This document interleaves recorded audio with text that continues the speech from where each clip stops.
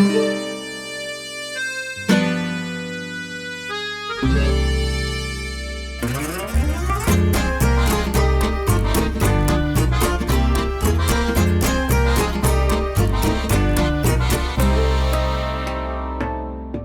esam Vanesa Kleina, man ir bišķi šau Berš, mēs esam Romāna Ičai.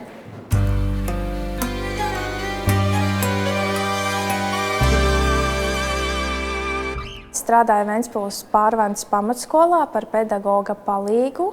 Šis ir mans 3. mācību gads šajā skolā. Paralēli es studēju Latvijas Universitātē, Kuldīgas filiālē, par sākuma izglītības skolotāju. Mani uzrunāja Malda Avramenko. Viņa piedāvāja, ka viņa tā kā vēlās skolā ieviest romu pedagoga palīgu.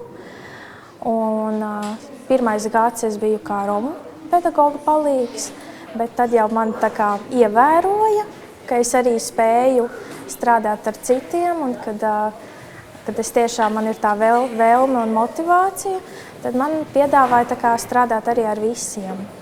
Tātad es arī aizvietoju stundas, ja ir nepieciešams, jo tā kā es studēju, tad es kaut ko nedaudz no tā arī zinu, un tas tā kā man ļauj arī tā kā praktizēties. Pašlaik es šobrīd palīdzu pārsvarā romu bērniem, jo es protu ar viņiem sazināties romu valodā, un tad viņiem ir vieglāk, jo viņiem izteikties latviešu valodā ir diezgan grūti. Un tad es viņiem tā kā palīdzu, tulkoju, ja nepieciešams. Un tas man iekšēji kaut kā silda, kad kāds pasaka, paldies skolotāji, ka tu man palīdzēji. Viņi nāk, viņi mācās, viņi vēlās iemācīties. Protams, viņiem neiet tik labi, kā varbūt pārējiem, tā kā citiem. Kādreiz bērnībā es ļoti izjūtu tādu diskrimināciju. Man bija ļoti smagi iet uz skolu pašai.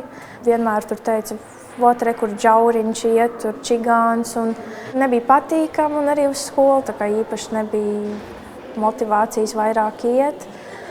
Bet jāsaka paldies ģimenei, kur man teica, nē, ir jāiet uz skolu, nevar neiet uz skolu.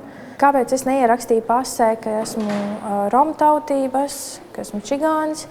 Tāpēc, kad es domāju, ka man neņems darbā, tāpēc, kad redzēs, ka pasē ir tur čigāns, un tad uzreiz tā kā pateiks visu uz redzēšanos, jo ir iegājis tā, ka cilvēku uzreiz redz, ot čigāns, viņš uz darbu nenāks, nestrādās, un es no tā baidījos. Pašlaik, ja man jautātu, vai es izjūtu diskrimināciju, tad nē. Šeit skolā strādājot, ja es redzu netaisnību vai kādu apsmiešanu, izsmiešanu, tad mēs runājam par to. Un arī jāsaka, ka mūsu skola tiešām tāda draudzīga. Mūsu Ventspils mediātore Malda Avramenko ir nodibinājusi biedrību. Tā ir pirmā romu sieviešu biedrība Latvijā.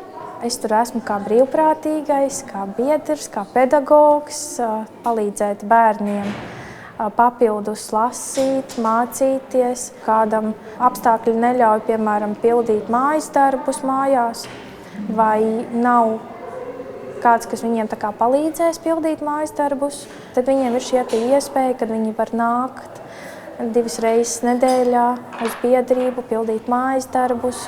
Protams, papildus mācīties. Malda jau ir pieradusi, kad Roma tā kā, ja kaut kas, tad nāk pēc palīdzības pie viņas. Pašlaik, uz ko es eju uz to, lai es iegūtu augstāko izglītību, jo mans mērķis ir turpmāk nevis tā kā strādāt par pedagogu palīgu, bet jau par pedagogu. Un tas ir tas, ko es gribu darīt, un tas ir tas, kas man patīk, un es ceru, ka man viss izdosies.